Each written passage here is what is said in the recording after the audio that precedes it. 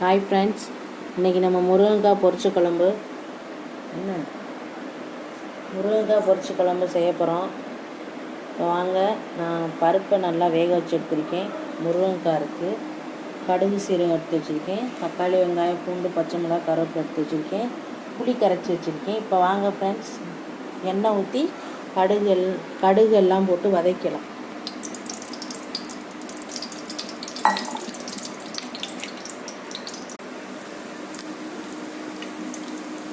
கடுகு போட்டுக்கலாம், பூண்டு பச்சை மிளகாய் கருவேப்பிலை போட்டுக்கலாம்,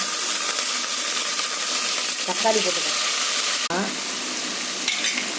முருங்கைக்காய் போட்டுக்கலாம், தூள் போட்டுக்கலாம், ஊற்றிக்கலாம்.